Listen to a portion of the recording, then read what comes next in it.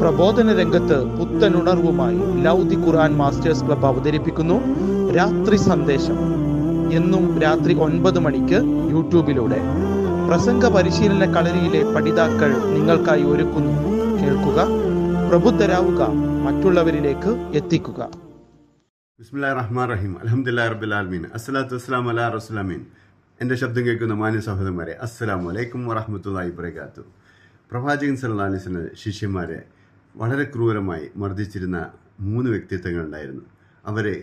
അവരുടെ അനുയായികളും പ്രവാചകനും അനുയായികളും എവിടെ യാത്ര ചെയ്താലും നജാഷി രാജാവിൻ്റെ അടുത്ത് അബിസീനിയയിലും അതേപോലെ പല സ്ഥലങ്ങളിലേക്കും ഇവർ അഭയാർത്ഥിയായി പോയിട്ടുണ്ട്. അവിടെയൊക്കെ തന്നെ വന്നിട്ട് ഈ 3 പേരും ശക്തമായി മുസ്ലിങ്ങൾക്കെതിരെ നിന്നിട്ടുണ്ട്.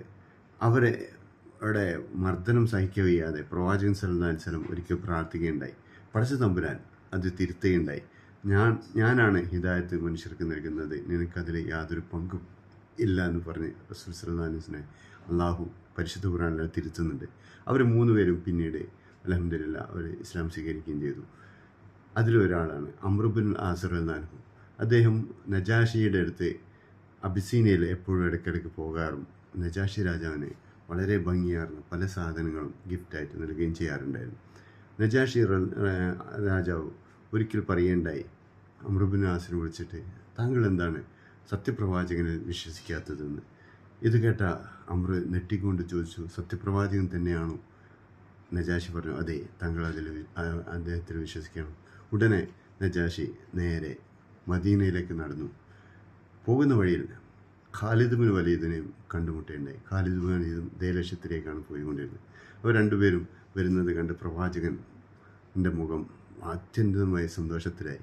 പ്രവാചകൻ അനുയായികളെ വിളിച്ച് പറഞ്ഞു, മക്കയിലെ 2 കരളുകളാണ് നിങ്ങൾക്ക് നേരെ വരുന്നത് എന്ന് പറഞ്ഞു. സഹോദരന്മാരെ, അവരെ പിന്നീട് റോമും അതേപോലെ തന്നെ ഈജിപ്തും എല്ലാം തന്നെ കീഴടക്കുകയുണ്ടായി. ഇസ്ലാമിലേക്ക് വന്നതിന് ശേഷം റോമൻ ചക്രവർത്തിയേക്ക് യുദ്ധത്തിന് പോകുമ്പോൾ ഉമർ ഖത്താബ് റളിയല്ലാഹു അയക്കുമ്പോൾ അവരെല്ലാവരും ഭയപ്പെട്ടുകൊണ്ട് സഹാബാക്കൾക്ക് പറഞ്ഞു, അവർ ഭയങ്കര തന്ത്രജ്ഞന്മാരാണ്. ഉമർ ഖത്താബ് പറഞ്ഞു, നമ്മുടെ കൂട്ടത്തിൽ അറബികളുടെ തന്ത്രജ്ഞനും ഉണ്ടല്ലോ എന്ന് പറഞ്ഞു. അംർ ഇബ്നുൽ ആസിനെ കുറിച്ച് ഉമർ ഖത്താബ് അങ്ങനെയായിരുന്നു പറഞ്ഞത്. അദ്ദേഹം ഈജിപ്തിലെ പടനായകൻ എന്ന നിലയിലാണ് അദ്ദേഹത്തെ അറിയപ്പെട്ടിരുന്നത്. അത്രയും ദീനിനു വേണ്ടിയിട്ട് വീണ്ടും ജ്വലിച്ചു നിന്ന 2 വ്യക്തിത്വങ്ങളായി മാറുകയാണ് ഉമർ ഇബ്നുൽ ആസ്. അള്ളാഹു അദ്ദേഹത്തെയും നമ്മയും സൽക്കർമ്മങ്ങൾ കൊണ്ട് നിറക്കാൻ, നമ്മുടെ തിന്മകൾ മായ്ച്ച് സൽക്കർമ്മങ്ങൾ കൊണ്ട് നിറക്കാൻ തൗഫീഖ് നൽകുമാറാകട്ടെ. വാഖിറു ദഅ്വാനാ അൽഹംദുലില്ലാഹി റബ്ബിൽ ആലമീൻ. അസ്സലാമു അലൈക്കും വറഹ്മത്തുള്ളാഹി വബറകാതുഹു.